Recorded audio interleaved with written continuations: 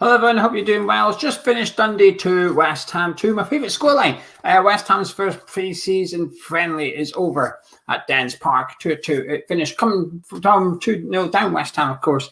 Before anyone says anything, I know, well, to be fair, that's my first point. Results don't bother me during the pre-season. It's about fitness. It's about getting some of the youngsters in around the first team, get them used to some of the first team players, the first team training, so on and so forth. Trying tactics, trying set piece takers. It's probably about everything but the results. Of course, the results help from a morale standpoint, and if the players play well, they might get a little boost individually, so on and so forth. But certainly not going to change how I think the season's going to go for West Ham, whether we beat Dundee or lose to Dundee. But anyway, finished 2-2 anyway. I'm going to chat about the game a little bit, and also one or two, a few players towards the end as well. Dundee took the lead through Charlie Adam. That Charlie Adam, he's still going for Dundee. Lovely header, to be fair. Corner to the front post and decent header. Bit of an error leading to the corner.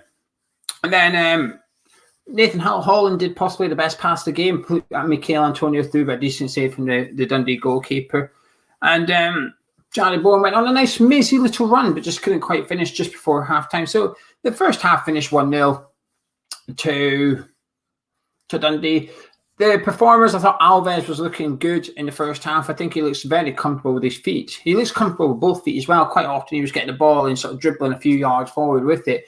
And whether it came to him on the right foot or the left foot, he's happy to dribble with that foot and pass it out with that foot as well. So that was probably something I thought was interesting. We know Alves has been at the club for a while. He joined in January. And we've heard good reports from him about his performance on the 23s, and that David Moyes may potentially see him as Fabian Balbuena's replacement, who got a new club today. It was announced today he's got a new club, Dynamo Moscow, I think it was. I could be wrong with that one. But anyway, it was nice to see Alves. First time I've seen him. I'm not going to pretend I watch under 23 football, so on and so forth. But what I saw from him today was promising. With the ball at his feet, wasn't really tested defensively, but certainly in possession, he looked comfortable, and arguably, I know it's only a friendly, but you can only judge what you see. He looked better than Dawson and Diop, and to some extent, Sobona as well, with the ball at his feet. I thought Nathan Holland looked quite good in the first half. At times, he looked a bit raw, but sort of crunch time for Nathan, really, because he's someone I've always hoped would make it at West Ham, and I always thought he would. And if it wasn't for injuries, I think he might have had more opportunities, but I thought he looked quite good in the first half. Like I said, that pass for Antonio is possibly the best one of the game. And Jarrod Bowen, Manuel Lanzini both looked busy. I think I would call it busy. We went 2-0 down after 52 minutes. It was a fantastic goal by the Dundee player, McGrath, I think it was. He just came on a little 1-2 down the side of the pitch, sort of teed himself up in front of Craig Dawson and curled it into the far corner. Lovely finish by him. And then Baptiste scored. We rattled off 7 changes at half-time. We had quite a young side in the second half of the game. Baptiste scored from a corner. Lovely finish by him. I thought he played good as well during the game. We started off with a 4-2-3-1 formation. We started off with that. And then at half time, we made 7 changes and we switched to a back 3 and played wing backs.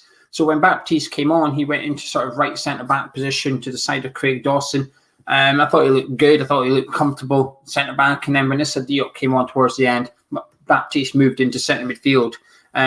Looks good. He's got a big future at West Ham, and you see little glimpses of him today. You thought that guy's got a bit of talent, and there's not many youngsters. Europa League is sort of could be an interesting opportunity for West Ham to play some of these kids that are on the brink of the first team, that are in their late teens, early 20s. But I'm not sure how many we will play. I'm not confident we will see that many of them. But I do think Alves and Baptiste, as 2 players, will be appearing in the Europa League, or maybe on the bench of the Premier League after a European game or something like that. They're 2 players I'd expect to see. Nathan Holland, I'm unsure of, but we'll speak about another couple of youngsters in just a minute. And then we made it 2-2. Jarrod Bowen with a fantastic run from the right-hand side, got into the box, got brought down, took the penalty himself, decent enough pen, and then he went off not too long after that. He was the best player for West Ham today by a mile. I know it's in a pre-season and you can't judge too much, read too much into it. I'm not. Just commenting on what I saw. I thought Jarrod Bowen was brilliant. I thought he was driving at Dundee defence well. He was taking players on. Like I said, the run in the first half was fantastic. Just didn't quite have the finish there. But it is Dundee at the end of the day. It is a friendly, so you can't take too much from it. But Jarrod Bowen certainly looks sharp from the word get-go. And then it finished 2-2 as well. And it was a good test for West Ham, I thought, today. I think it was a good friendly to play because this is the end of Dundee's pre-season. This is their third friendly. They've got a cup game on Tuesday. I think their league campaign starts properly at the end of July.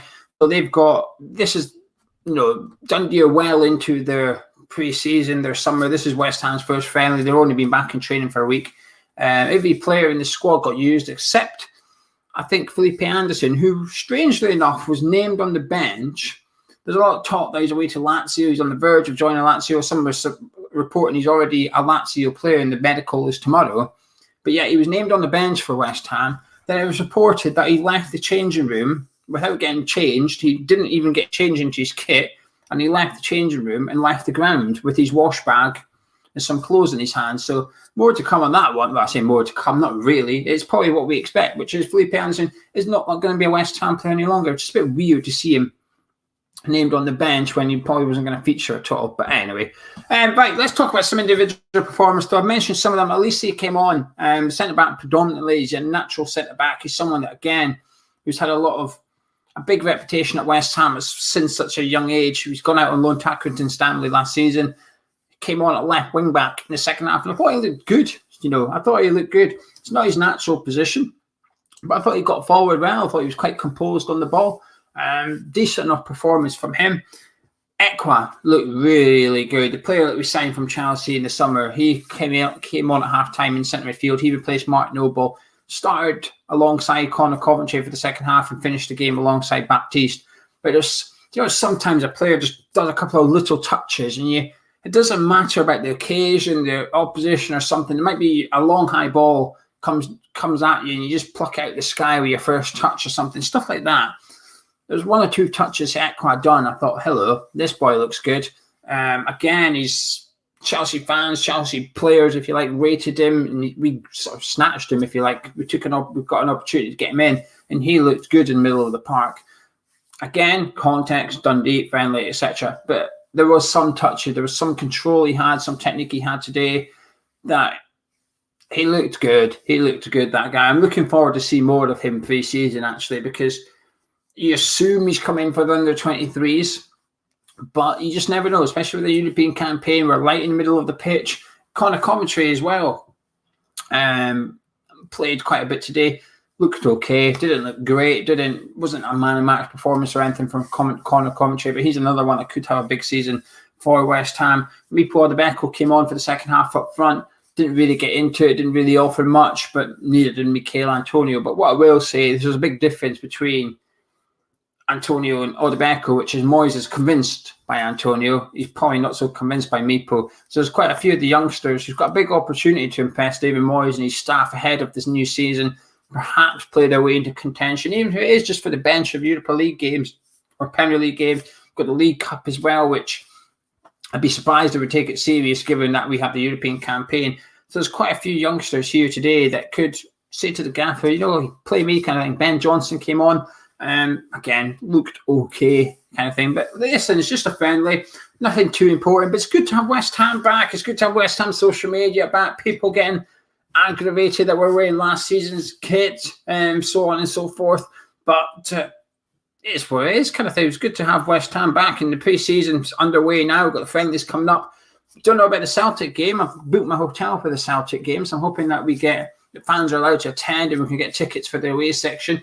Obviously, it comes after Boris Johnson's 19th of July, but Sturgeon hasn't announced anything as yet. And Scotland are a bit behind England, so it looks like we're not going to get to go kind of thing. But fingers crossed we can get to the Celtic game because I'm looking forward to that one. I was a bit annoyed I wasn't at the game today, to be honest with you. I did try. I was a bit cheeky. I asked Dundee media team if I could get tickets and do like videos and stuff, but they were like, no, sorry, we only let the officials in. I was like, oh well, I tried anyway. But yeah, listen, finished 2-2. Can't read too much into it. It's just a friendly, but good to have the boys back. It's all about fitness and stuff. We've obviously got quite a few players missing from the Euros and so on and so forth. Fanals is back in the country now and quarantined over, so Fanals will be joining up with the team soon as well, I imagine, kind of thing. But anyway, I'm going to disappear. That's it, really. Later on tonight, there's a preview for the Euro 20 final. Myself and Gonzo did the England versus Italy preview earlier today. That'll be published later on tonight. But there you have it. West Ham's friendly. Jarrod Bowen was the one that was impressive. A few other players, Baptiste, Ekwa played really well. Alves played really well, looked good. And then the rest were just average. No one played bad. They were just average. It's difficult to look hard during pre-season. Drop a like on the video if you enjoyed this snippet review. Subscribe if you're new to the channel. We'll be covering all the friendlies over the summer. And I'll catch you in a bit.